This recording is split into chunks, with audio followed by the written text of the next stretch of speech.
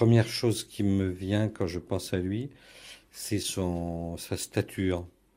Il était très grand, il se tenait un peu voûté, il avait un peu l'air d'un ours. Et donc ce corps assez encombrant et encombré de lui-même, je vois son regard malicieux. Ouais, c'est vraiment le mot, malicieux. On avait souvent l'impression qu'il s'apprêtait à vous jouer un tour. Et j'entends sa voix, qui était une voix souvent assez hésitante et basse, comme on dit, il parlait dans sa barbe, quoi. Et un timbre comme ça assez faible. Et puis surtout, une sorte de chaleur extraordinaire, quoi. C'était vraiment un homme qui...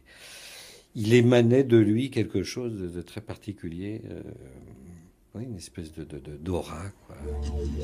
Surpris par la nuit. Et vous trouvez ça drôle? Une émission consacrée à Raymond Carver. Tanguy Viel, Marie-Christine Closet. Je me suis privé de Carver pour une méfiance. Moi, j'étais beaucoup trop immergé dans Faulkner. Et dans les années 80, il y a eu cette espèce pas de mode Carver, mais un nom qui était cité comme une espèce de nouveau fétichisme, puis associé à cette idée de quelque chose de très minimal, plus ce folklore d'alcool, tout ça. Et du coup, moi, bêtement, je me suis dit, tout ça me paraissait beaucoup trop mode pour que j'aille voir dedans, quoi. En plus, je trouvais les titres Parlez-moi d'amour, Les vitamines du bonheur, je trouvais ça complètement ringard. Donc, plus des livres comme ça publiés en collection, enfin, poche, tout ça, j'ai pas. Pendant longtemps, je n'ai pas lu Carver. Quand je suis tombé dedans, j'ai compris, évidemment, tout de suite. Assis à sa table, les rideaux fermés, une lampe de bureau penchée sur sa machine à écrire, Raymond Carver écrit. Rarement, à la vue d'une simple photographie, on aura pu se dire avec une telle évidence « Oui, cet homme écrit ». Ce n'est sans doute pas là le seul effet d'une image, mais celui plus complexe, d'une multitude de signes qui viennent se fixer là, sur ce visage un peu tendu et tout entier vers son acte. Car si, parlant de Raymond Carver, on a envie de dire bêtement « Oui, cet homme écrit », c'est que l'idée qu'on se fait de l'écriture avec lui bascule, s'émancipe et se radicalise tout à la fois. Raymond Carver est mort en 1988 à l'âge de 50 ans. Il n'aura pas eu le temps d'estimer l'ampleur de son empreinte, la marque faite pour longtemps sur chacun, et combien il croise aujourd'hui, à travers les quelques livres qu'il nous a laissés, le destin de beaucoup d'écrivains. Assis à sa table, Raymond Carver invente un monde dont les éclats sont discrètement conservés dans ses livres, mais dont l'écho continue de résonner sous la forme si particulière qu'il a choisie, au double sens du terme, celle de l'histoire courte. N'oublions pas que Raymond Carver est mort d'un cancer du poumon. Oui, c'est vrai. Parce que Raymond Carver a été alcoolique, il a arrêté de boire, et il est mort d'un cancer du poumon. Oui, c'est un assez triste destin, hein, celui de Carver quand même, parce qu'il arrête de boire en 78, et il se refait une vie quand même, et 8 ans plus tard, il apprend... Oui, tout à fait. Moi, je trouve qu'il a eu un destin assez tragique. En plus, il a toujours essayé d'écrire un roman. Et il n'est jamais parvenu pour des raisons apparemment tout à fait, je ne dirais pas pour des raisons pratiques, mais du moins pour des raisons sociales. Puisqu'il disait que quand on avait, je sais plus, je crois qu'il avait 2 enfants, il disait que quand on avait 2 enfants, on ne pouvait écrire que des histoires courtes. Régis Geoffrey. Moi, en fait, je pense qu'il aurait pu écrire des romans. Je ne pense pas qu'il y ait de différence fondamentale entre le roman et, disons, la short story. J'hésite à dire la nouvelle parce que la nouvelle, je pense toujours aux nouvelles qu'on peut lire souvent en France. Et je trouve qu'il y a un océan entre la short story américaine telle que celle de Carver, et la nouvelle qu'on peut lire en France habituellement, parce que la short story américaine a un côté un peu professionnel, c'est-à-dire il y a peut-être un petit côté laissé-aller dans la nouvelle française, c'est-à-dire que c'est un peu un pis-aller en France, c'est un peu une sorte d'échec. On dirait que les recueils de nouvelles sont un peu des cimetières de romans avortés souvent. C'est pas toujours le cas, mais c'est souvent l'impression que ça laisse un peu un côté, un petit arrière-goût de cendre, un peu un arrière-goût de choses mornées, quoi. Mhm. Ce qui n'est pas du tout le cas chez Carver. Chez Carver, c'est toujours un aboutissement, les récits de Carver. Moi, je pense singulièrement aux dernières histoires qui sont parues. Dans le recueil, qu'est-ce que vous voulez voir, c'est ça ? Tout à fait, oui. Mhm. Et donc c'est pourtant un recueil qui n'a pas eu le temps de revoir. C'est un recueil qui a été revu par son éditeur, ses héritiers, je ne sais plus. Par Tess Gallagher en partie, je crois. Voilà. Sa compagne. Et je trouve que c'est toujours extrêmement abouti, surtout quand ce sont des histoires qui n'ont l'air de rien. Et chez lui, il y a justement toute une totalité,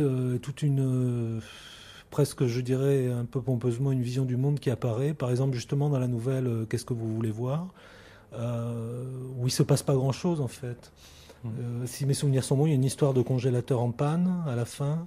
Et cette histoire de congélateur en panne, c'est quelque chose tout d'un coup qui met un élément absolument merveilleux et qui bouleverse un peu presque la nature humaine. Tout d'un coup, parce que le congélateur est en panne, toute une amitié fugace entre des personnages s'écroule, et les personnes, on dirait qu'elles se décongèlent tout à coup et qu'elles ont passé plusieurs heures sous un soleil intense.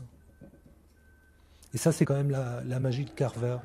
À mon sens, c'est dans le domaine de la nouvelle que notre littérature produit actuellement ses œuvres, sinon les meilleures, du moins les plus intéressantes, les plus riches, celles qui peut-être ont les plus fortes chances de durer. On nous parle de minimalisme et de maximalisme, mais finalement, que nous importent les étiquettes, que l'on s'obstine à vouloir accoler aux histoires que nous écrivons. Et qui n'en a pas par-dessus la tête de cette vieille polémique rancie ? Les nouvelles continueront à susciter de l'intérêt et à trouver des lecteurs aussi longtemps que leurs auteurs seront capables de produire des œuvres solides, intéressantes, dignes de l'attention et de l'adhésion d'un nombre sans cesse croissant de lecteurs intelligents. La présente floraison de la nouvelle est pour moi un phénomène littéraire capital. Elle a donné un regain de vigueur à notre littérature exsangue, en lui apportant de nouveaux sujets de réflexion. Et je pressens même que grâce à cet apport de sang neuf, la littérature américaine va peut-être prendre sous peu un nouveau départ. Pour aller où ? Sur ce point, toutes les hypothèses sont permises. Il a toujours dit plusieurs choses sur la question. La première, c'était que la raison pour laquelle il faisait des nouvelles et pas des romans, par exemple, c'est qu'il n'avait pas le temps.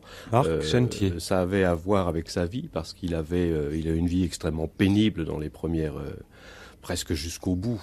Juste dans les dernières années, il a eu suffisamment de célébrité pour pouvoir écrire tranquillement, mais il a toujours fait des petits boulots, il travaillait la nuit, donc il a eu une vie personnelle en plus assez difficile. Il avait des problèmes d'alcool, il avait des problèmes de couple, etc. De sorte qu'il a toujours tiré le diable par la queue, et il écrivait quand il pouvait. Donc il a lui-même dit que il y avait été contraint. C'était une espèce de déterminisme biographique qui l'avait fait adopter cette forme. Mais qui plus est, je pense que ce sont des espèces d'instantanés, de moments comme ça qu'il faut capturer de façon très vive, un peu sténographique. Et c'est quelque chose qui lui correspond très bien. Il a une autre formule dans Les Feux, je crois, où il dit entrer, ne pas s'attarder, sortir. C'est cette espèce de vivacité qui le caractérise. Et en plus, ce sont des moments tellement petits, tellement étroits, tellement minuscules que il ne cesse de les retravailler. Il y a des nouvelles pour lesquelles j'ai trouvé 20, 30, 35 états. Il réécrivait 20, 30, 40 fois les mêmes nouvelles. Et presque toutes les nouvelles qui sont disponibles ont été publiées dans d'autres états. Donc c'est assez intéressant. Et l'évolution va toujours vers un rabotage, vers une suppression, vers plus d'ellipses, plus de trous, plus de blancs, plus de non-dits. C'est quand même le monde du non-dit. C'est une exploration systématique du non-dit. Et du coup, à chaque fois qu'il reprend une nouvelle, c'est pour l'élaguer encore, c'est pour en changer la fin, c'est pour envisager les possibles, c'est pour voir comment ça pourrait évoluer autrement, c'est pour voir comment on pourrait rendre la chose encore plus indéterminée, encore plus mystérieuse d'une certaine façon. Et il y a une correspondance très, très grande entre la façon dont il écrit ses nouvelles et cet état qui est exclusif des causes qui sont inconnues et aveugle aux conséquences. Boire en voiture. C'est le mois d'août et en 6 mois, je n'ai pas lu un livre, sauf un machin intitulé « La retraite de Moscou » par Colin Court. N'empêche, je suis heureux de rouler en voiture avec mon frère, en buvant de l'eau de Crow à même la bouteille. Nous n'allons nulle part, nous roulons simplement. Si je fermais les yeux un seul instant, je serais perdue. Pourtant, je me coucherais volontiers sur le bord de cette route, pour y dormir jusqu'à la fin des temps. Mon frère me donne un coup de coude. D'une minute à l'autre, il va arriver quelque chose. Carver, dès les premiers instants de la prise de contact avec ce qu'il écrivait, Olivier Cohen. s'imposait comme un maître. C'est-à-dire, pour moi, un maître, c'est quelqu'un, que ce soit dans le domaine de la littérature, ou de la peinture, ou de la musique, ou du cinéma, peu importe, quelqu'un qui produit des œuvres qui peuvent entrer en compétition avec la réalité. C'est-à-dire que ce qu'ils font est aussi intéressant, voire même plus intéressant que la réalité. Ce qui est rarissime, parce qu'en général, n'importe quel... je sais pas, boire un mauvais café... c'est mieux très souvent que lire tel livre, voir tel film. On s'ennuie. C'est-à-dire, la réalité n'est jamais ennuyeuse. Et là, je veux dire que j'ai été frappé par ça. C'était comme une espèce de coup de tonnerre. C'est d'autant plus surprenant que je ne savais pas du tout qui était cet homme. J'avais jamais lu ses livres. Et donc c'était un vrai choc, quoi. L'image de Carver qui domine, en France en tout cas, c'est quelqu'un qui parle du prolétariat américain, des démunis, qui parle du quotidien, une image très, très factuelle ou très référentielle de la littérature. Et moi, ce qui m'intéresse chez lui, c'est la façon dont il parle de tout ça et cette langue qu'il a inventée, ou cette technique narrative qu'il a inventée, avec des emprunts d'ailleurs, mais qui fait il est reconnaissable entre tous. Voilà. Et ce caractère reconnaissable, vous le définiriez comment ? Est-ce que c'est quelque chose, par exemple, à votre première lecture de Carver, est-ce qu'immédiatement, ça vous a sauté aux yeux ? Est-ce qu'il n'y avait pas un sentiment même de déroute, peut-être, ou quelque chose comme ça, quand on le lit ? Et quels sont, en fait, ces outils particuliers à Carver ? C'est assez compliqué, mais je pense que 2 ou 3 choses que l'on pourrait dire de lui seraient que, d'une part, ces récits commencent, comme on dit, de façon un peu pédante, in medias res. On est tout de suite plongé dans une situation dont l'arrière-plan est inconnu. Et ces textes qui sont généralement assez courts sont des textes qui essayent d'explorer un malaise qu'il appelle « dis-ease », ce qui est un jeu de mots sur la maladie et le mal-être, et évolue vers un moment qui... ça n'aboutit jamais, à quelques exceptions près dans les dernières œuvres où il s'était un petit peu adouci.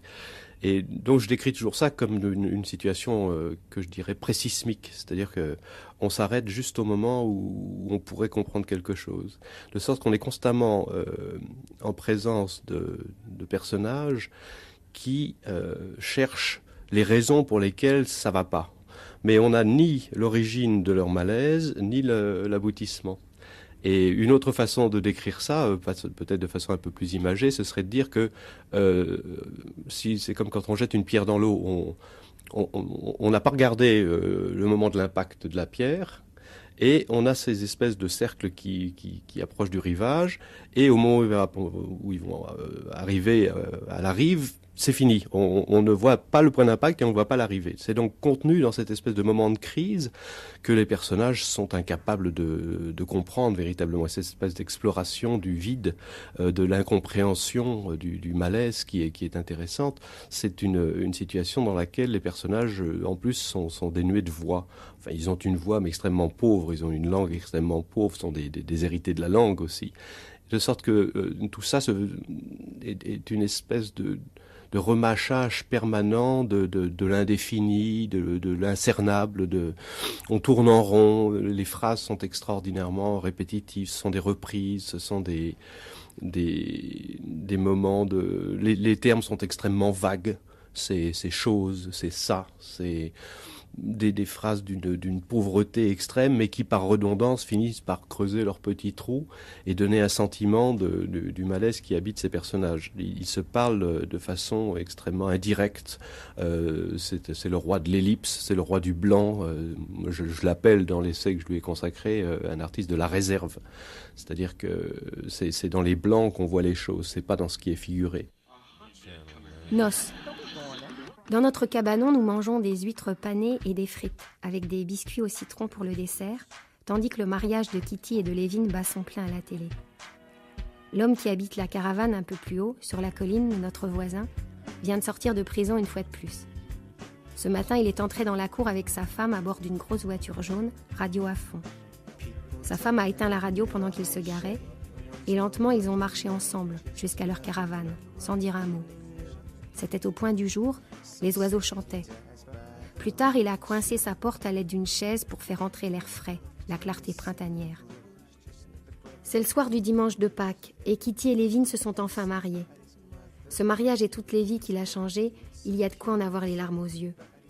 Nous continuons à manger des huîtres et à regarder la télé, en commentant les vêtements somptueux et l'exquise délicatesse des gens entraînés dans cette histoire, dont certains subissent les pressions écrasantes de l'adultère, de la séparation d'avec des êtres chers, et de la fatalité, dont il doit savoir qu'elle les guette au tournant juste après la prochaine péripétie cruelle, et la suivante. Un chien aboie. Je me lève pour vérifier la porte. Derrière les rideaux, des caravanes et un parking boueux avec des voitures. Je regarde la lune qui fait voile vers l'est, armée jusqu'aux dents, pourchassant mes enfants. Mon voisin, bourré à présent, démarre, fait rugir le moteur de sa grosse voiture et repart plein de confiance en lui. La radio braille un morceau géniard. Une fois qu'il est parti, il ne reste plus que les petites flaques d'eau argentées qui frémissent et se demandent ce qu'elles font là. Les personnages de Carver s'expriment dans une langue qui, je crois, n'existe pas. C'est-à-dire que tous ceux qui ont cru y voir une espèce d'enregistrement d'une parole réelle se sont complètement trompés.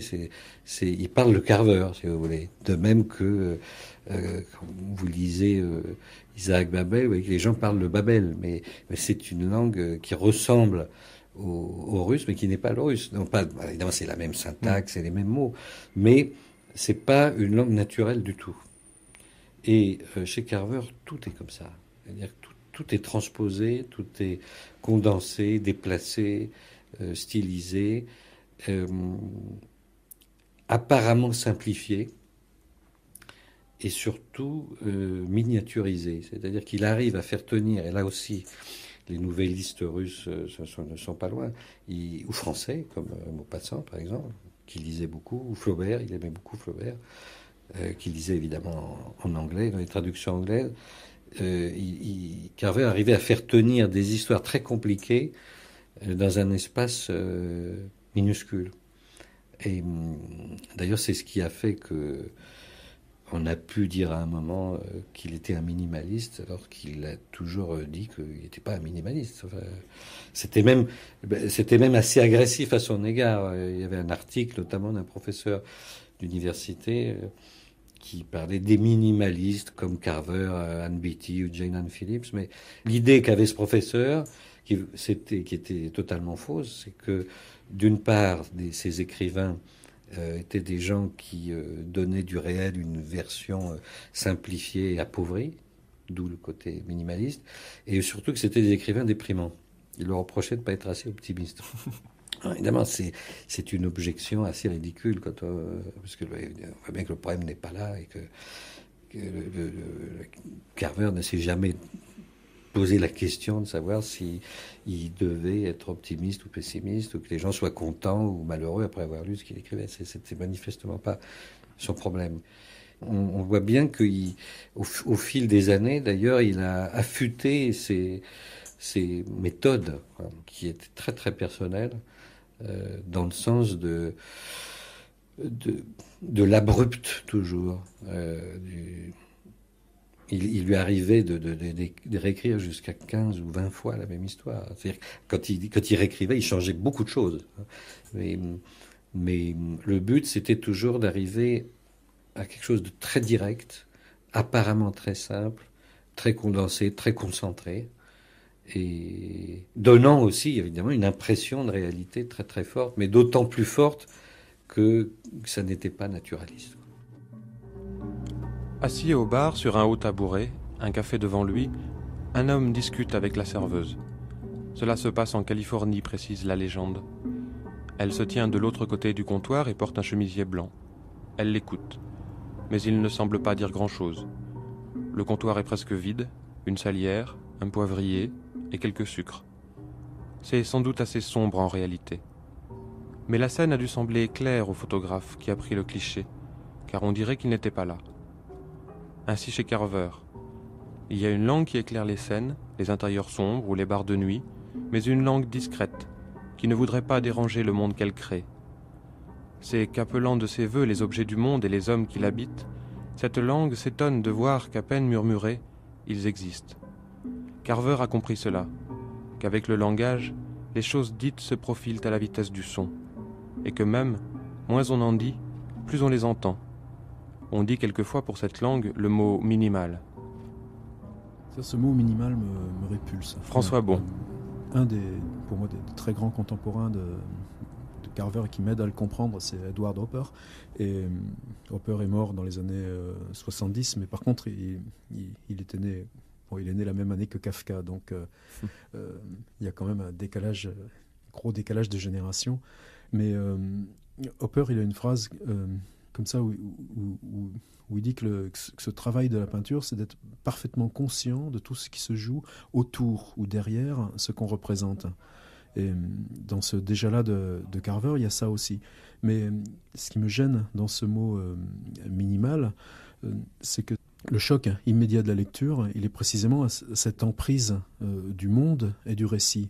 C'est-à-dire que le côté concret des objets qu'on convoque, que ce soit un réfrigérateur et un canapé, et faire tenir toute une histoire sur le fait qu'un frigo est en panne et qu'un type a passé sa journée sur le canapé.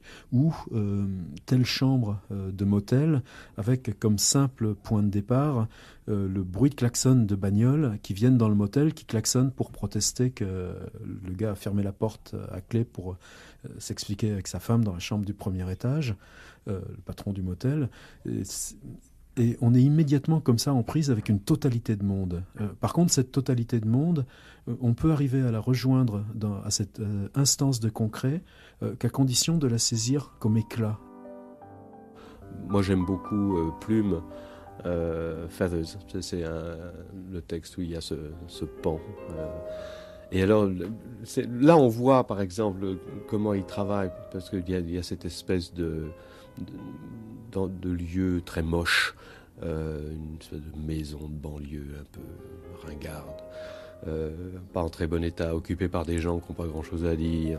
Et puis, il y a des pans dans la cour, une espèce d'animal mythiquement beau. Et d'une part, il dit on a bien vu que c'était un pan, on n'a pas eu besoin de le dire, et ce qui est déjà une entrée dans la façon dont il fonctionne qui est intéressante, parce que les personnages pointent beaucoup les choses, mais sans les nommer, d'où cette espèce d'effet de vague. Et puis, à l'intérieur de la maison, c'est pas très joli. Et puis, il y a sur un poste de télévision, il y a un dentier. La puissance d'inquiétude, la force d'inquiétude de ce dentier sur la télévision, c'est absolument prodigieux. Alors évidemment, on voit bien que ce sont des objets simples à opposer, mais il arrive à travailler ça avec une grâce extraordinaire. Puis d'autres textes comme,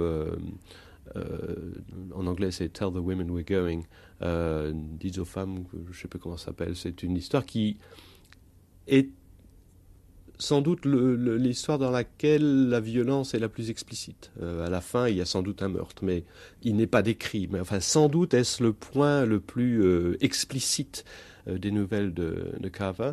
Et ce que je trouve étonnant, justement, c'est la façon dont il arrive à se soustraire à la fin.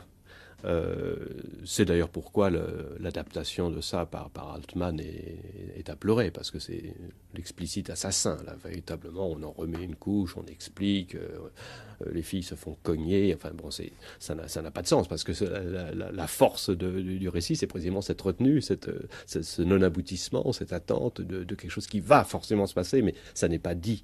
Alors c'est ça ce sont des nouvelles comme ça qui me font le plus d'effet, naturellement. Mais bon, elles sont toutes à peu près sur le même modèle. Ces conversations qui tâtonnent, qui cherchent, et puis on va vers quelque chose. Peut-être y a-t-il eu une violence, peut-être y a-t-il eu une perte, une disparition, un meurtre. On ne sait pas où il va y en avoir un, où il devrait y en avoir un, il faudrait qu'il y en ait un. Pour libérer l'attention, c'est comme comprimer du gaz dans une chambre quelconque, et puis on ne donne pas l'étincelle, quoi. Alors, ça n'avance pas. Et du coup, ce qui est intéressant, c'est que la narrativité n'est pas fonction d'une succession événementielle. Elle est succession d'états de conscience ou de semi-conscience, parce que la plupart de ces personnages sont des amputés de la conscience, sont des gens qui n'ont ni la langue, ni la connaissance, ni souvent l'intelligence de leur situation, qui n'ont que des espèces de sentiments vagues, ulcérants, difficiles à vivre. Et s'ils avaient une langue pour dire les choses, la plupart des nouvelles n'existeraient pas. C'est ça qui est beau, c'est qu'il arrive à faire des nouvelles avec des gens qui sont incapables de dire de quoi il est question. Pour moi, l'univers de Carver, c'est surtout l'univers de la rupture. C'est ce qui me vient le plus facilement à l'esprit. Quand je pense à Carver, je pense toujours à ce récit où le personnage se retrouve dans la rue avec son canapé, tous ses meubles, etc. Est-ce que vous voulez danser, c'est ça? Voilà, oui, ça doit être ça, oui. Et puis de toute façon, c'est toujours une rupture. Soit c'est une rupture avec des amis, mais c'est toujours cet univers de rupture, de moments où c'est une sorte de période avant la nostalgie, quoi. Mais où on voit que la nostalgie va arriver, qu'elle n'est pas loin. C'est un peu cet univers pour moi, Carver. Et puis il y a une nouvelle de Carver que je trouve extraordinaire, puisqu'on disait qu'il était mort d'un cancer du poumon après avoir été alcoolique. Il y a une nouvelle qui se déroule dans une cuisine américaine et où des personnages, deux couples, sont attablés et se bourrent la gueule au gin. Et ça dure des heures et des heures. Et je trouve ça absolument... ce récit est absolument extraordinaire sur c'est l'humanité qui arrive absolument au bout d'elle-même, qui n'en peut plus d'aller dans ses derniers retranchements, quoi. Il y a un côté Dostoïevski, il y a un côté écrivain russe, ce côté on atteint les limites de l'espèce ou de la race humaine, je ne sais pas comment l'expliquer. Et là, justement, l'originalité de Carver, c'est que c'est pas du tout dans une atmosphère christique, une atmosphère métaphysique, c'est justement dans cette atmosphère matérialiste, un peu dans l'atmosphère, je sais pas pourquoi, je pense à ça parce que ça se passe dans une cuisine, et la cuisine, moi, c'est une pièce que je trouve assez obsessionnelle, justement, parce que on peut y rester des heures, on a tout à portée de la main, et en même temps il y a un côté aseptisé dans la cuisine que j'aime bien, et donc cette espèce d'enfer et de mise à nu de l'espèce humaine autour d'une table de cuisine m'a beaucoup marqué. C'est vrai qu'on a l'impression, moi en vous entendant, je pensais à cet univers qui semble toujours un tout petit peu décentré. On a l'impression d'être dans des antichambres, où je sais pas, on est sur des pas de porte, on est dans des motels, on est dans des bars de transit, on est dans des cuisines. Quelquefois, on est dans le salon, devant la télé aussi, oui. Mais on mange des soda crackers. Mais c'est vrai qu'il y a ce sentiment d'un léger décalage, en fait, d'un monde qui est toujours au bord de quelque chose. Je sais pas, un sentiment de menace aussi. C'est-à-dire que chez Carver, je crois qu'on n'est jamais à son aise.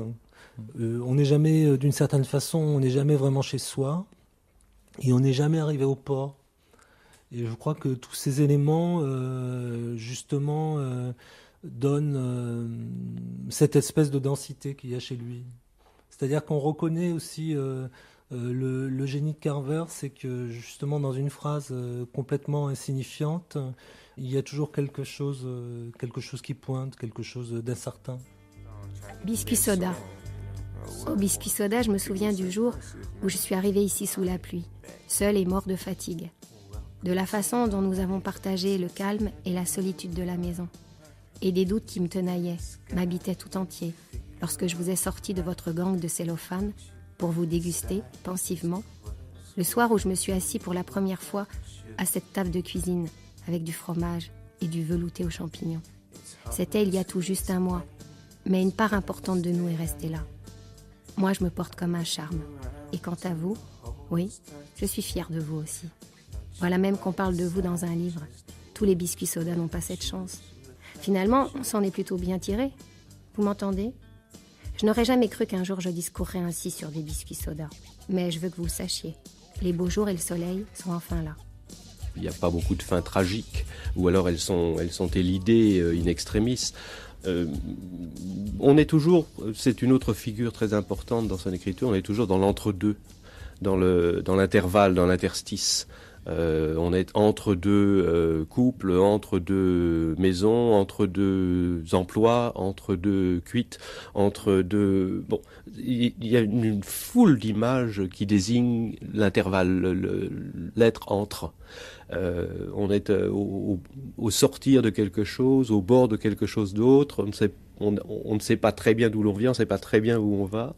Et c'est cette hésitation permanente qu'il explore. Donc on est toujours dans une espèce de marge, dans une espèce d'intervalle. Je trouve que le mot est plus... C'est une rhétorique de l'intervalle. On est toujours entre.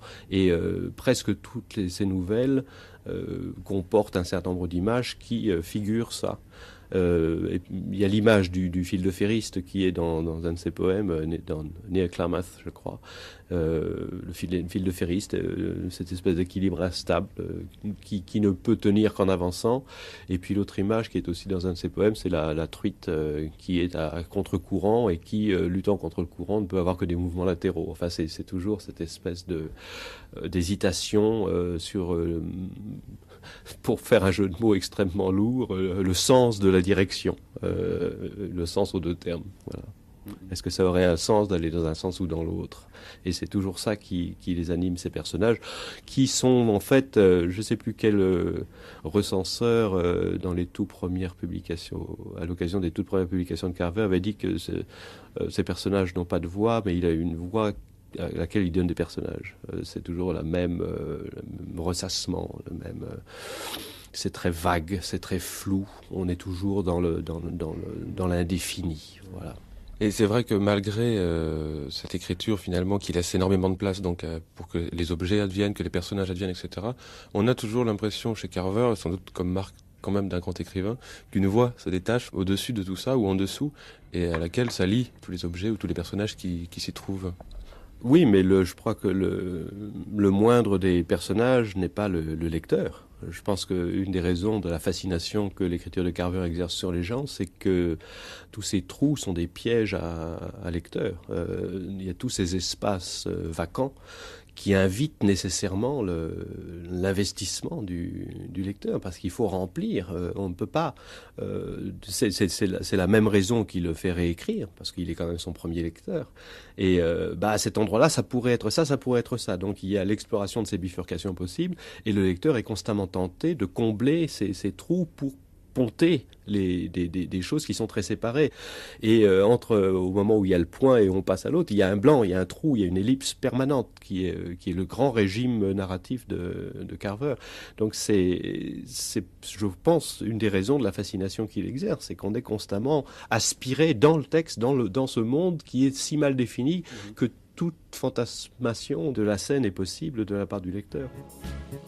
C'était clair que son monde à lui, c'était un monde avant tout d'émotions. Et que le défi qui était le sien, auquel il devait répondre, qui s'était assigné à lui-même, c'était d'être capable de capturer l'émotion avec des mots. Ce qui, comme chacun sait, est une chose extrêmement difficile. Et il y parvenait.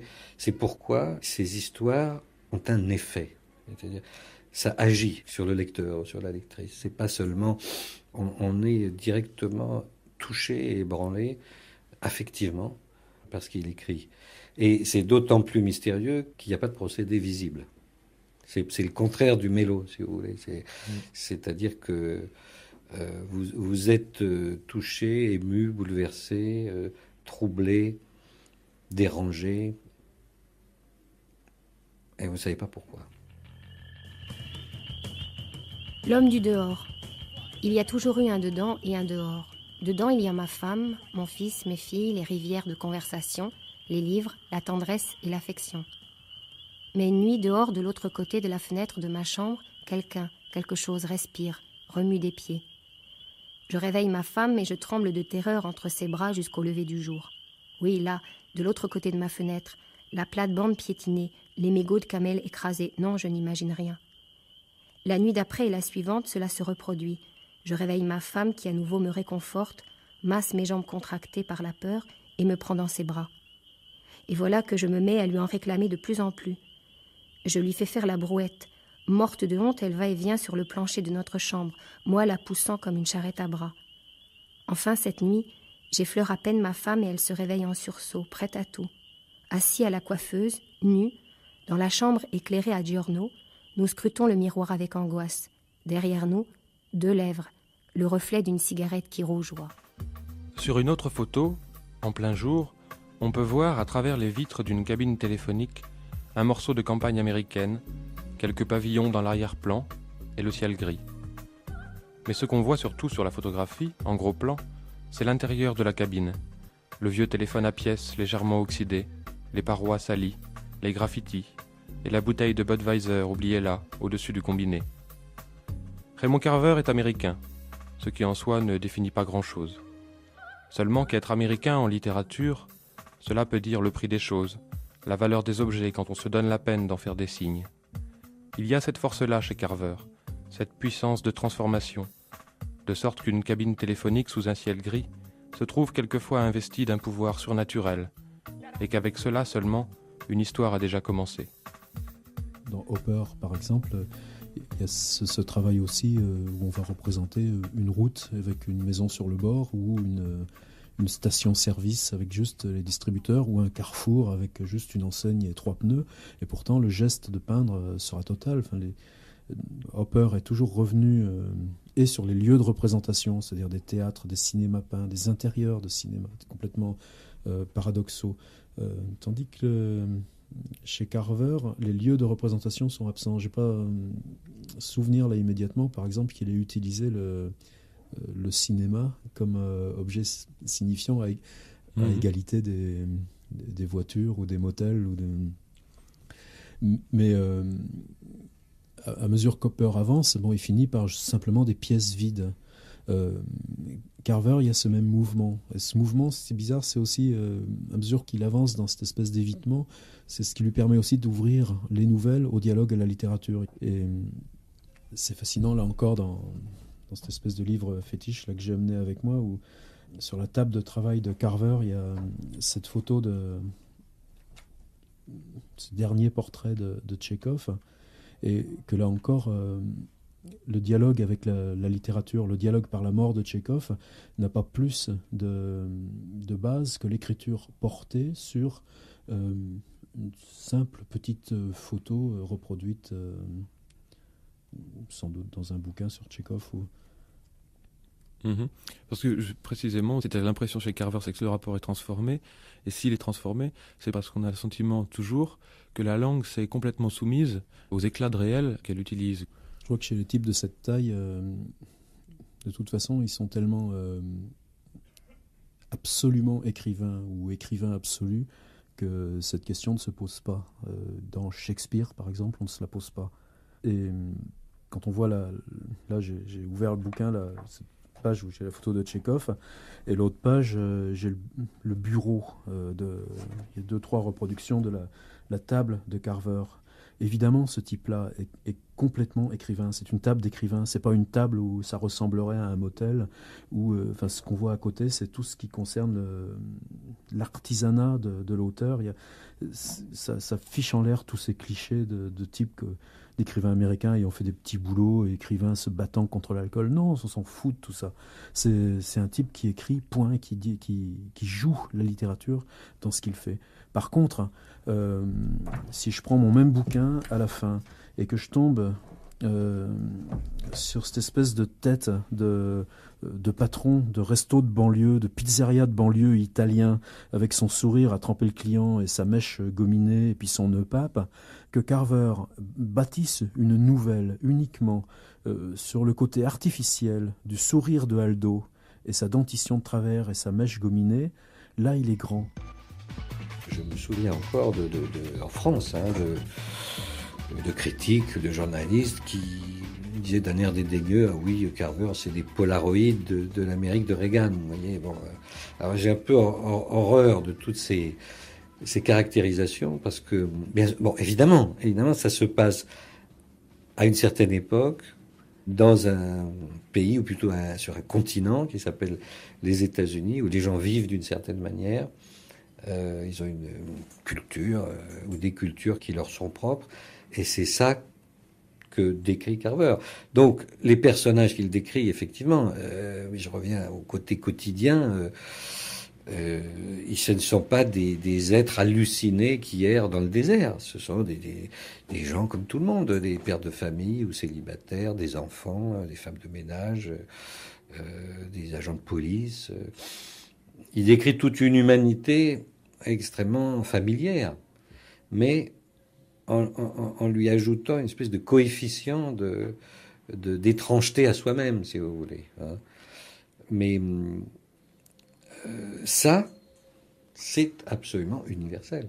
Parce que sinon, on ne comprendrait pas pourquoi Carver est lu au Japon, en Espagne, en Italie, en France. Alors que je me souviens encore de remarques, quand j'ai commencé à le publier, de gens très bien intentionnés qui me disaient « Oh là là, mais Carver, c'est très bien, mais c'est tellement américain, ça ne peut pas intéresser les Français, hein, c'est pas possible, tu perds ton temps, c'est pas la peine. » Et ça valait la peine, manifestement. Mais pas seulement pour les Français, c'est un auteur qui est extrêmement traduit dans le monde entier. Et donc ça veut bien dire quelque chose, ça veut bien dire que peut-être même à raison de l'inscription de ces histoires dans quelque chose de parfaitement réel, mais à raison aussi de cette distanciation, il a écrit des textes parlant pour tout le monde. Ton chien meurt. Un camion lui est passé dessus. Tu le trouves au bord de la route et tu l'enterres. Ça te fait de la peine. Ça te fait de la peine personnellement. Et ça te fait aussi de la peine pour ta fille parce que c'était son chien et qu'elle l'aimait tant. Elle lui roucoulait des mots tendres et le laissait dormir dans son lit. Tu écris un poème là-dessus. Tu l'intitules « Poème pour ma fille », à propos du chien écrasé par un camion, et de la façon dont tu en as pris soin, l'emportant dans les bois et l'enterrant profond, profond. Et ce poème se révèle si bon que tu en es presque heureux que le petit chien se soit fait écraser, car autrement tu n'aurais jamais écrit ce bon poème. Puis tu t'assieds pour écrire un poème sur la rédaction d'un poème sur la mort de ce chien. Mais pendant que tu écris, tu entends une femme hurler ton nom, ton prénom, les 2 syllabes, et ton cœur s'arrête. Au bout d'1 minute, tu continues d'écrire. Elle hurle encore. Tu te demandes jusqu'à quand ça va durer. Un mot, moi, qui me conviendrait mieux, ce serait le mot présence, au sens théâtral du terme. Au sens de se poser là, de surgir en avant. François Bon. Et qu'est-ce qui se passe là dans la tête entre...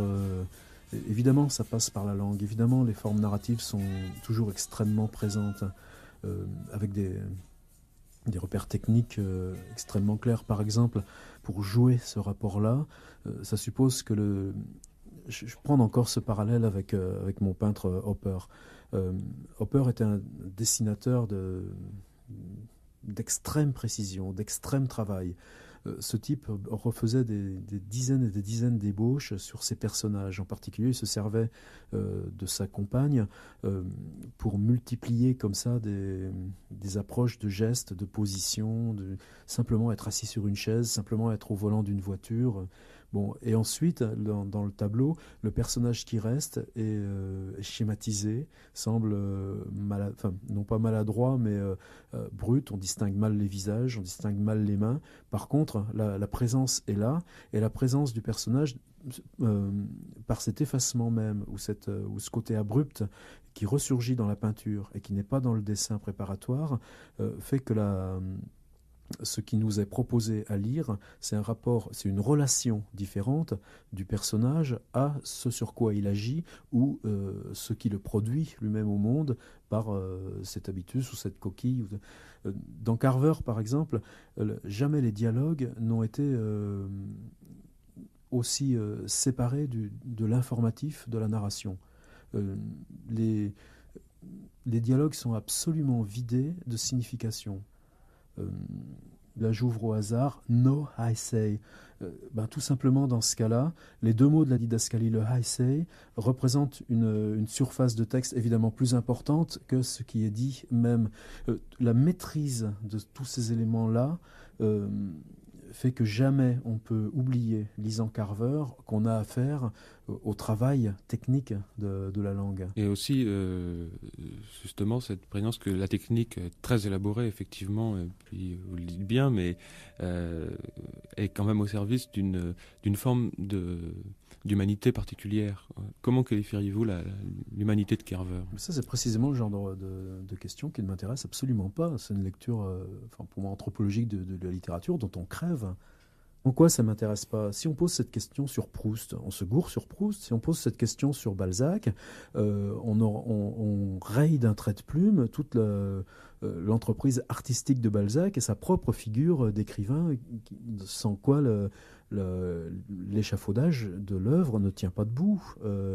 L'œuvre de Proust est complètement ahumaine dans un nombre non négligeable de ses dimensions, même si le personnage de Françoise ou le personnage du narrateur ou le personnage de la mère ou les 140 pages sur la mort de la grand-mère sont un portrait d'humanité, nous ouvrent nous-mêmes dans notre humanité et dans notre relation à l'humanité.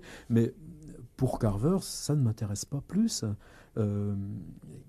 C'est-à-dire que si on part de ce point de vue-là, comment alors on supporterait que Faulkner, dans Lumière d'août, ne parle que du crime ? Comment on supporterait que Crime et châtiment de Dostoïevski ne parle que du meurtre ?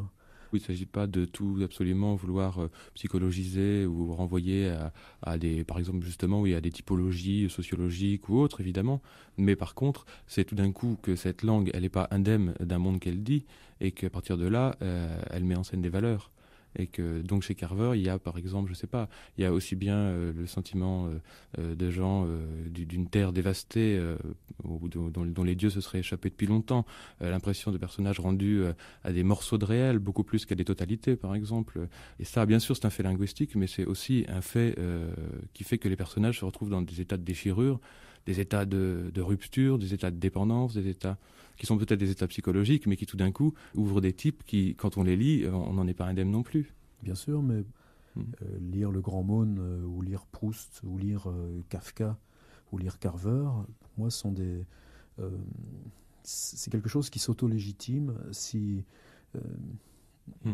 par là où ça nous emmène, par là où ça nous met. Pour moi, évidemment, le fait littéraire est du même ordre que chez Henry James. Cette même capacité d'élévation qui est en proportion inverse de la force qu'on a à venir toucher de près le concret du monde. Que ce concret ensuite soit joué au bar dans les Tuileries pour le narrateur de La Recherche du temps perdu, ou que ce soit la bagnole d'occasion qu'on n'arrive pas à revendre alors qu'on est au chômage, dans Carver, pour moi, c'est parfaitement secondaire par rapport à cette capacité d'élévation. Moi, ce qui m'intéresse personnellement chez Carver, c'est beaucoup plus l'univers qu'il arrive à dégager de sa prose que, disons, la technique narrative en elle-même. qui moi ne m'éblouit pas beaucoup. Régis De Geoffrey. façon générale, je dirais que la littérature forcément a besoin de techniques narratives, mais ça n'est pas ce qui m'intéresse dans la littérature. Je ne pense pas que toutes les œuvres littéraires aient un intérêt par leur technique, même si l'écrivain lui-même a pensé au départ que c'était une technique qui le portait. Je pense par exemple à quelqu'un qui est peut-être à la base de tout ce mouvement, mais qui est beaucoup plus loin dans le temps et dans l'espace. Je pense à Flaubert. Flaubert qui a toujours eu des règles très strictes dans son écriture. Je ne pense pas du tout que ce qui fait l'intérêt de Flaubert soit là-dedans. Ça me paraît tout à fait farfelu de le penser.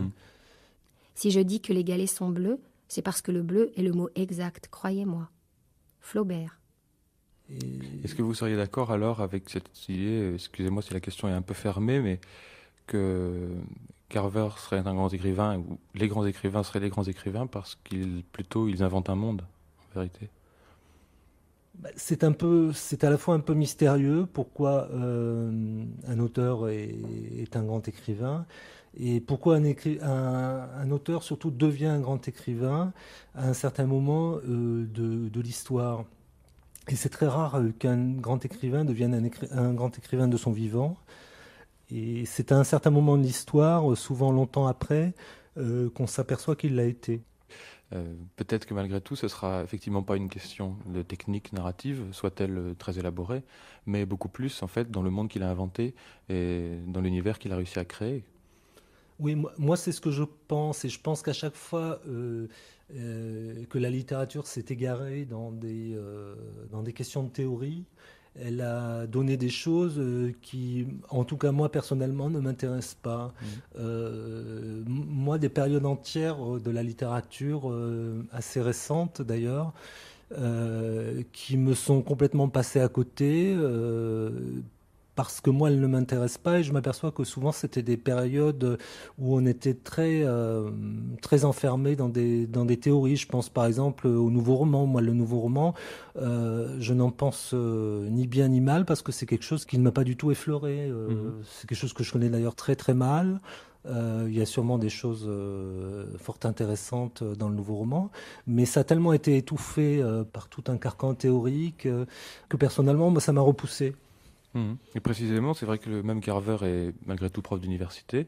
Et bon, même si c'est aux États-Unis, donc c'est pas le même cursus qu'en France, mais c'est quelqu'un qui ne théorise absolument pas son œuvre.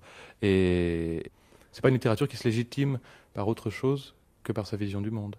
Oui, mais moi je crois qu'il n'y a pas je connais pas de littérature, enfin en tout cas qui m'intéresse, qui ne soit pas justement cette espèce d'avalanche je dirais même pas de réalité, je dirais de personnages, de situations. C'est une sorte de la littérature, c'est comme un trop-plein d'existence. C'est comme une densité d'existence qui ne pourrait pas exister dans la vie réelle. Et en effet, dans l'univers de Carver, c'est une sorte de concentré de cette vie, parce que par exemple ce qui est frappant, c'est que c'est toujours des personnages américains qui vivent dans une ambiance extrêmement matérialiste, où dans la réalité il ne se passerait pas grand chose. Je veux dire, ces personnages, il ne leur arriverait rien, parce que visiblement ils n'ont aucune vie intérieure, et pourtant il y a une sorte de cataclysme qui se passe, et de cataclysme finalement, de cataclysme intérieur quand même, qui nous est donné et qui nous saute au cerveau. Et c'est là où je crois que la magie de la littérature nous prend. Et vous parliez du professorat de Carver, mais il faut quand même dire que Carver n'était pas professeur de littérature. Justement, il apprenait aux gens à écrire. C'est une profession que nous ne connaissons pas en France. Et à mon avis, d'une certaine façon, je dirais que c'est assez dommage parce que les écrivains, les jeunes écrivains sont assez seuls en France parce que les peintres ont les beaux-arts, les musiciens ont les conservatoires et les écrivains sont les seuls à ne rien avoir. Insomnie d'hiver. L'esprit ne peut pas dormir, ne peut que rester éveillé, à se goinfrer, écoutant la neige se rassembler comme pour un ultime assaut. Il voudrait que Tchekhov soit là pour lui administrer quelque chose. 3 gouttes de valériane, un verre d'eau de rose, n'importe quoi, ça lui serait égal. L'esprit voudrait sortir d'ici, s'en aller dans la neige. Il voudrait galoper avec une meute de bêtes hirsutes, tout croc dehors, sous la lune, à travers la neige, ne laissant ni trace, ni fumée, ne laissant rien. Il est malade cette nuit, l'esprit. Il ne faut pas oublier une chose, c'est que les écrivains anglo-saxons théorisent très peu. Olivier Cohen. C'est pas une activité courante chez eux. Et Carver moins que personne. Enfin, manifestement, ça l'intéressait pas du tout. Il a écrit un certain nombre d'articles qui ont été publiés et traduits même en France, dans lesquels il rendait compte de livres où il s'exprimait lui-même, donnait son point de vue sur des problèmes littéraires. Mais c'était toujours, comment dire, ses commentaires étaient littéraires eux-mêmes, si vous voulez. C'est-à-dire que il fait partie de ces auteurs qui ne dissocient pas la technique de l'écriture elle-même. Et il y a un passage très très célèbre de ces articles, par exemple, qui est le passage dit du lavomatique, dans lequel il prétend que, comme il s'occupait beaucoup des problèmes domestiques dans sa famille, dans son couple, c'était lui qui faisait s'occuper de la lessive et que pendant que les machines tournaient, il écrivait sur ses genoux, souvent dans sa voiture, mais comme le temps d'une lessive est assez court, c'est pour ça qu'il écrivait des œuvres courtes. Alors, bon, je sais qu'il y a des gens, certaines personnes ont pris ça très très au sérieux. Moi, je mettrais un petit doute quand même. Je pense que c'est une image. Enfin, bon, peut-être qu'il l'a vraiment fait aussi, d'ailleurs, même certainement. Mais quand on parle de théorie chez Carver, c'est ça dont il s'agit. C'est-à-dire des histoires ou des sortes d'apologues qu'il inventait pour faire comprendre ce qu'il faisait. Ou alors, c'était des conseils. Il y avait une phrase qu'il disait tout le temps, c'était « no tricks », qu'on pourrait traduire par il faut renoncer aux trucs et aux procédés. Mais enfin, « no tricks », ça veut dire, ça a un autre sens aussi, ça veut dire pas d'entourloupe. Et donc, ça a un sens moral aussi. Effectivement, il émerge Marc Sentier. à un moment où la littérature américaine de cette époque est beaucoup plus intellectuelle, dans la mesure où c'est la grande période de la métafiction, de la fiction réflexive, de la grande démolition des mythes, un mouvement qui veut se distinguer du modernisme. Je n'irai pas jusqu'à parler de postmodernisme, parce qu'il y a encore des étiquettes qui ne me paraissent pas très adaptées, mais qui fait tâche. Mais ça n'est jamais qu'une reprise d'une autre tradition. Lui, il se réclame de Tchekhov, il se réclame également d'Ezra Pound, bizarrement, en disant que la précision de l'expression est la seule honnêteté que l'on peut requérir d'un auteur.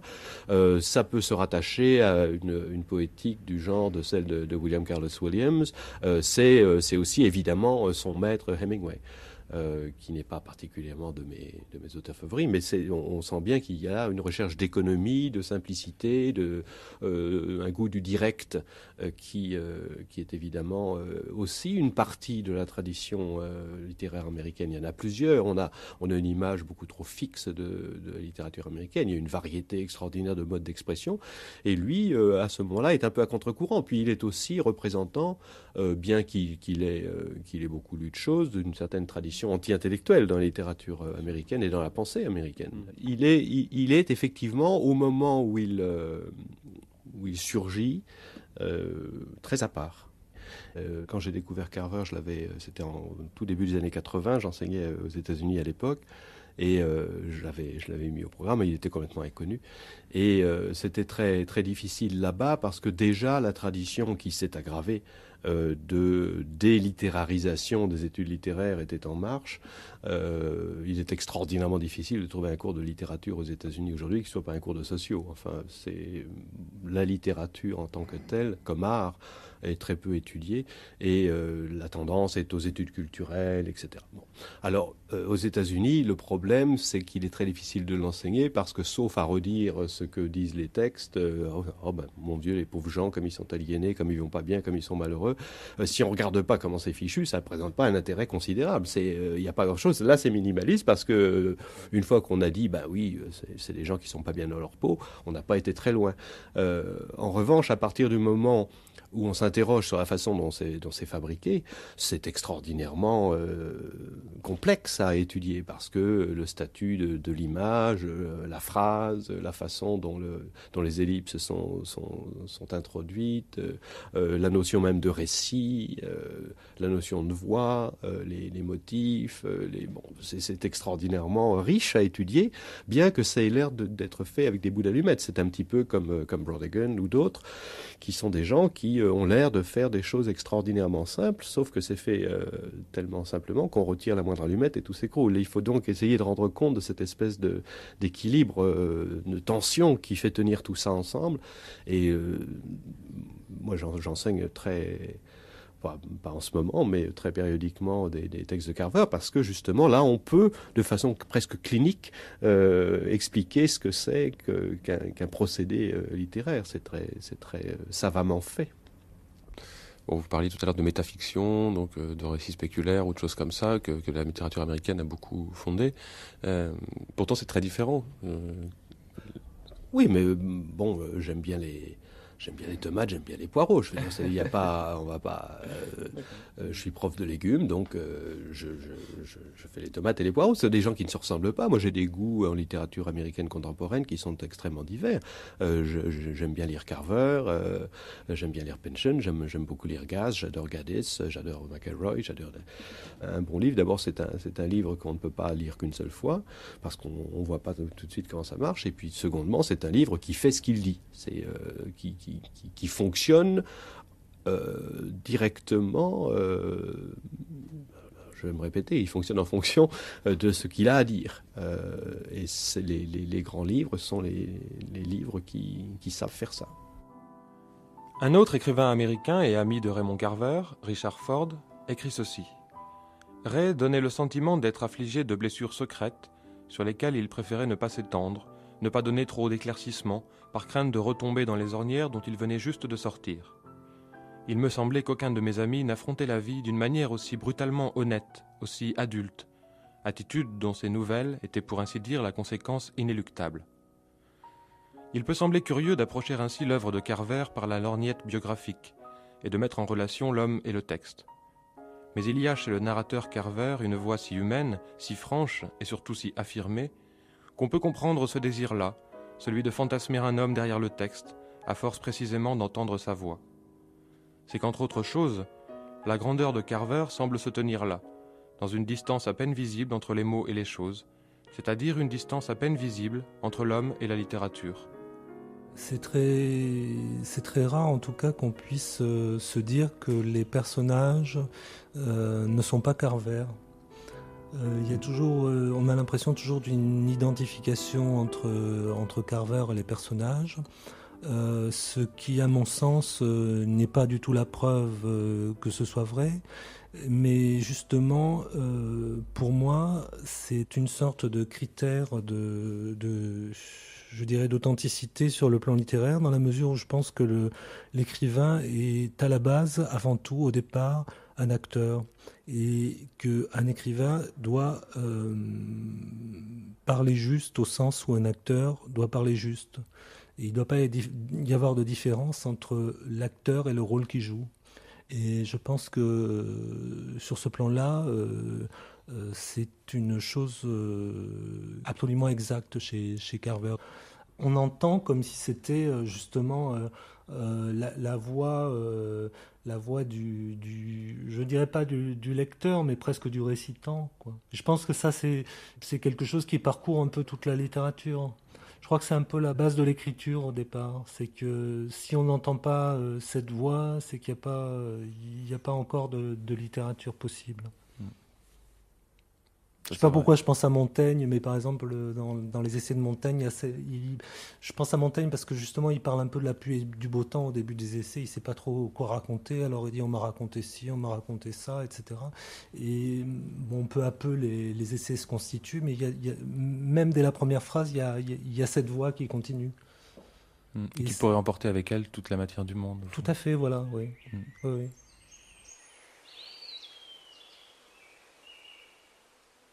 Automne. Ce jardin plein des voitures usagées du proprio ne me dérange pas. Le proprio lui-même n'est pas dérangeant. Il reste courbé toute la journée au-dessus d'un porte-pièce ou bien enveloppé par la flamme bleue de la lampe à souder. Il fait attention à moi pourtant, s'arrêtant souvent de travailler pour m'adresser un sourire ou un signe de tête à travers le carreau. Il s'excuse même d'avoir remisé sa tronçonneuse dans ma salle de séjour. Mais nous restons amis. Lentement, les jours s'allongent. Et nous avançons ensemble vers le printemps, vers la montée des eaux, le frais des saumons et la truite anadrome.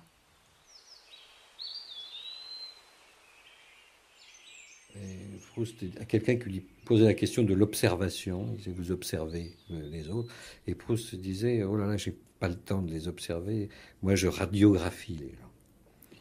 Et ben je crois que Carver faisait partie de cette espèce d'écrivain, d'homme en tout cas, c'est-à-dire qu'il était tellement pressé de savoir qu'il voulait aller tout de suite à l'essentiel et c'était jamais anecdotique, apparemment anecdotique encore une fois, mais ce qui l'intéressait c'était je crois d'éclairer une petite parcelle d'humanité, ce qui est d'ailleurs je crois la tâche de l'écrivain. C'est mystérieusement de pouvoir éclairer cette parcelle d'humanité, alors que d'autres discours existent déjà qui la prennent en charge, mais qui ne sont pas qui n'ont rien à voir avec la littérature, quoi, qui sont discours médiatiques ou judiciaires ou psychologiques, tout ce que vous voudrez. Et là, c'était très clair qu'il avait cette attitude-là vis-à-vis des autres, et je pense qu'il avait la même attitude vis-à-vis de lui-même. C'est-à-dire que il détestait qu'on s'adresse à lui en établissant une sorte d'identité entre les personnages ou certains personnages de ses histoires et lui-même, et des épisodes de sa propre vie. Alors que même parfois, il était évident qu'il y avait une relation. Mais il n'aimait pas ça, enfin, ça le mettait en colère, ou ça l'attristait, qu'on puisse croire que c'était des histoires autobiographiques.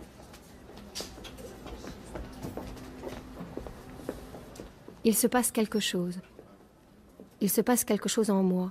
Si mes sens ne me trompent pas, cette fois, il ne s'agira pas d'une simple aberration passagère. Je suis toujours prisonnier de la même vieille peau, les idées pures, les grandes aspirations, la bite propre et saine, coûte que coûte. Mais mes pieds se sont mis à me dire des choses sur eux-mêmes, et les rapports nouveaux qu'ils entretiennent avec mes mains, mon cœur, mes cheveux et mes yeux. Il se passe quelque chose en moi. Je voudrais pouvoir te demander si tu as jamais éprouvé ce genre de sensation. Mais ce soir, tu es tellement loin de moi que tu ne m'entendrais pas, je crois. Et puis ma voix aussi en a pris un vieux coup. Il se passe quelque chose en moi. Il ne faudra pas t'étonner si un matin, en t'éveillant dans ce grand soleil du midi, tu t'aperçois qu'à ma place, il y a une femme, ou pis encore, un inconnu à cheveux blancs, qui écrit un poème, et qui, ne sachant plus comment articuler des mots, remue simplement les lèvres pour essayer de te dire quelque chose.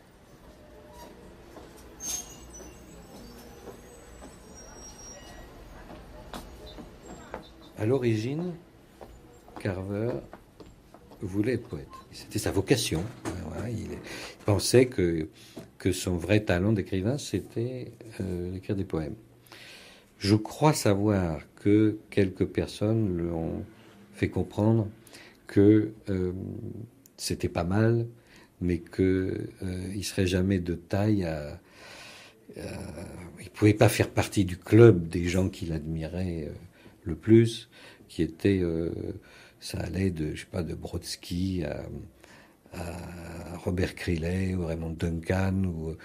Bon, il lisait beaucoup de poésie. Il y avait toujours des livres de poèmes à portée de la main. Mais je crois que chez lui, c'était plutôt une sorte de vocation à laquelle il avait renoncé. Et je pense qu'il avait transféré ses ambitions dans la prose. Mais il n'en continuait pas moins à écrire de la poésie. Je ne sais pas, comme quelqu'un qui aurait été écrivain, mais peintre aussi, et qui aurait continué à peindre. Est-ce que vous trouvez ça drôle? Et vous trouvez ça drôle? Oui, parfois, oui, il y a une cocasserie souvent, parce que, mais c'est un petit peu, c'est comme si je vous racontais l'histoire d'un gars qui a des béquilles et qui tombe. Bon, alors ça peut être drôle, mais c'est à la fois un humour au sens anglais de humor qui implique une certaine tendresse. On se sent près de ces personnages ou de ces voix, de ces situations, de ces embarras. Et puis parfois aussi, c'est un humour au sens français, c'est plutôt du comique. Avec, comme disait l'autre, du mécanique plaqué sur du vivant. C'est le comique du type qui tombe dans une trappe d'égout. Bon. C'est là ou la tarte à la crème, on peut en regarder 2000, on va toujours rire. Bon, il y a ce comique-là aussi de la cocasserie, du porte-à-faux, parfois de la bêtise en acte. Mais c'est toujours teinté d'une telle tendresse, d'une certaine façon, que on est partagé entre l'éclat de rire et le sourire. Bon, par exemple, vous prenez l'histoire de l'aveugle cathédrale. Bon, les premières pages, ce type qui arrive, qui est invité, c'est un ancien prof de la femme, ou je me rappelle plus les détails. Il arrive, le type s'aperçoit qu'il est aveugle. Bon, alors ça le perturbe, évidemment, il peut pas fonctionner. Il y a des moments d'humour noir, véritablement. Et puis à la fin, quand il lui prend la main pour dessiner, c'est prodigieux d'un seul coup, c'est bouleversant. Mais ça, c'est la dernière période de Carver où c'est plus tendre, c'est plus moelleux, alors qu'il est beaucoup plus sec et beaucoup plus dur dans les premières nouvelles. Et ça correspond à une évolution de sa biographie, d'ailleurs, parce qu'il y a une période de sa vie très large où il en avait vraiment bavé, où il était un petit peu raide. Et puis après, bon, ça allait mieux. Donc plus ça va, plus c'est doux, d'une certaine manière. Tendresse. Voilà un autre mot que l'on n'entend plus guère de nos jours, surtout dans les assemblées joyeuses comme celle d'aujourd'hui. Songez-y, depuis combien de temps n'avez-vous pas prononcé ou entendu prononcer ce mot? Il y a comme qui dirait pénurie, aussi bien du mot tendresse que du mot âme.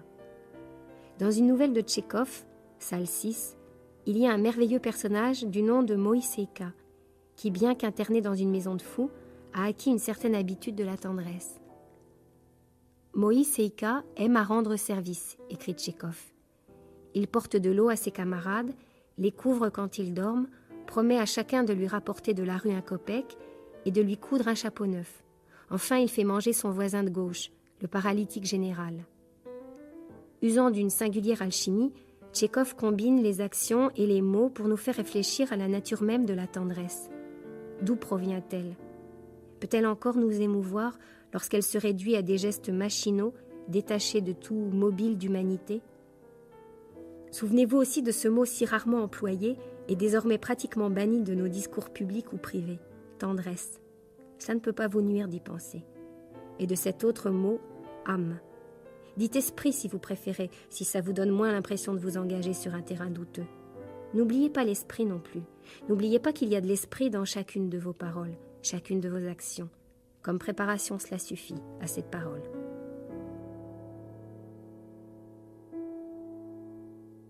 La short story préférée, ou le récit préféré, ou la nouvelle préférée, moi, ce serait quand même dans le dernier recueil. C'est celle où la nuit, quelqu'un sort de sa villa et où il voit un troupeau de chevaux blancs. Ça s'appelle Rêve. Voilà, oui. Je trouve ce récit absolument une simplicité totale et en même temps merveilleux. On dirait effectivement un rêve. Un rêve qui se termine d'ailleurs par l'arrivée du shérif qui emballe, si j'ose dire, les chevaux dans une grande bétaillère, dans un grand camion et qui les emporte. Et moi, cette short story me paraît vraiment merveilleuse, justement par sa simplicité et puis par ce côté quelque chose d'extraordinaire qui survient et qui finalement s'avère être quelque chose d'assez ordinaire, puisque c'est une barrière qui a sauté quelque part et des chevaux qui se sont enfuis. Vous trouvez ça drôle, Carver ? C'est pas vraiment le mot qui me viendrait à l'esprit. Je trouve ça très clair comme littérature. Je trouve que ça a le charme de la grande clarté. Toute cette vie est dessinée comme c'est un peu en dessin ou en bande dessinée, on appelle ça un peu la ligne claire. Et c'est un peu ce côté-là chez Carver. C'est ce côté de clarté dans les personnages, dans les situations, même dans les états d'âme. Je pense pas que le comique soit le principal atout de la littérature de Carver, mais c'est pas une littérature triste non plus, mais c'est quand même une littérature que je dirais malgré tout tragique. Je pense qu'elle est tragique. Je crois que la littérature de Carver, elle n'est pas exempte d'un certain sourire, mais c'est un sourire malgré tout un peu désespéré quand même, un peu pour le moins désabusé. On a l'impression que Carver, c'est un peu comme s'il avait eu la certitude dès le début qu'il allait mourir assez jeune. Mmh. C'est l'impression que ça m'a donné, moi. Ouais. Mais quand je l'ai lu, il était déjà mort. Il y a cet autre portrait de Carver, pris en 1984, et qui ferme le livre. Une rivière coule derrière lui. Il est assis sur les rochers. C'est sans doute l'hiver, car il porte un pull de laine. Ses mains sont jointes à hauteur du menton, et il fixe l'objectif de l'air de celui qui sait ce que dit une photo, c'est-à-dire de l'air de celui qui regarde au-delà de son temps, et connaît la mort déjà réservée. Il ne sourit pas. Il n'est pas non plus triste. Alors on se dit, malgré l'impassible regard, que lui aussi, finalement, il a fini par trouver ça drôle. Ma mère a fait ses paquets. Elle est prête à partir. Mais le dimanche après-midi, au tout dernier moment, elle téléphone pour nous proposer de venir manger avec elle. J'ai mis le frigidaire à dégivrer, m'explique-t-elle. Il faut bien que je fasse cuire ce poulet avant qu'il ne se gâte. Elle me dit qu'il faut que nous amenions nos assiettes, des couteaux, des fourchettes. Elle a déjà emballé le plus gros de sa vaisselle et de ses ustensiles. « Venez donc manger une dernière fois avec moi, Gilles et toi, me dit-elle. Après avoir raccroché, je reste encore un moment debout à la fenêtre. Tout ça doit bien avoir un sens, mais j'ai beau me creuser la tête, je ne le trouve pas. À la fin, je me tourne vers Gilles et je lui dis « Allons chez ma mère pour un repas d'adieu. » Gilles est assise, un catalogue de chez Sears ouvert devant elle sur la table. Elle est en train de nous chercher des rideaux, mais elle a entendu toute la conversation. Elle fait la grimace. « On est obligé ?» demande-t-elle. Elle corne la page, ferme son catalogue et pousse un soupir. Bon sang, rien que ce mois-ci, on a déjà été mangé chez elle 2 fois. Ou 3. Quand est-ce qu'elle va se décider à partir pour de bon ? Gilles dit toujours ce qu'elle a sur le cœur. Elle a 35 ans et porte les cheveux taillés courts. Elle est toiletteuse pour chiens. Avant d'exercer ce métier, qui lui plaît bien d'ailleurs, elle était ménagère et mère de famille. Et puis les coups durs se sont mis à pleuvoir. Son premier mari a kidnappé leurs 2 gamins et il est parti vivre en Australie avec eux. Son deuxième mari était alcoolique. Un beau jour, après lui avoir crevé un tympan, il a pris leur voiture et il est allé se jeter dans les Wye River en défonçant le parapet d'un pont. Il n'avait pas d'assurance sur la vie, et l'assurance de la voiture ne couvrait pas ce genre de risque. Gilles a dû s'endetter pour payer les obsèques, et là-dessus, un comble, on lui a présenté la facture pour la réfection du pont. En plus, il a fallu qu'elle règle les honoraires du médecin. À présent, elle s'est remise en selle, elle peut raconter cette histoire. Mais avec ma mère, elle a épuisé toute sa patience. Moi aussi, j'ai épuisé toute ma patience, mais moi je n'ai pas le choix. Elle s'en va après-demain, dis-je. Tu sais, Gilles, c'est pas la peine de te forcer. Tu veux venir avec moi ou pas ? Je lui dis que ça m'est égal, que pour moi c'est du pareil au même. Je dirais qu'elle a la migraine. Ce ne sera pas mon premier mensonge. Je viens, dit-elle. Et là, brusquement, elle se lève et va s'enfermer dans la salle de bain, où elle se réfugie volontiers quand elle boude. Les œuvres de Raymond Carver sont publiées aux éditions de l'Olivier. Et vous trouvez ça drôle ? Texte lu par Anne Roger, avec François Bon, Marc Chentier, Olivier Cohen, Régis Geoffrey, Jean-Christophe Perrin, Olivier Daligo, Marie-Christine Closet, Tanguy Viel.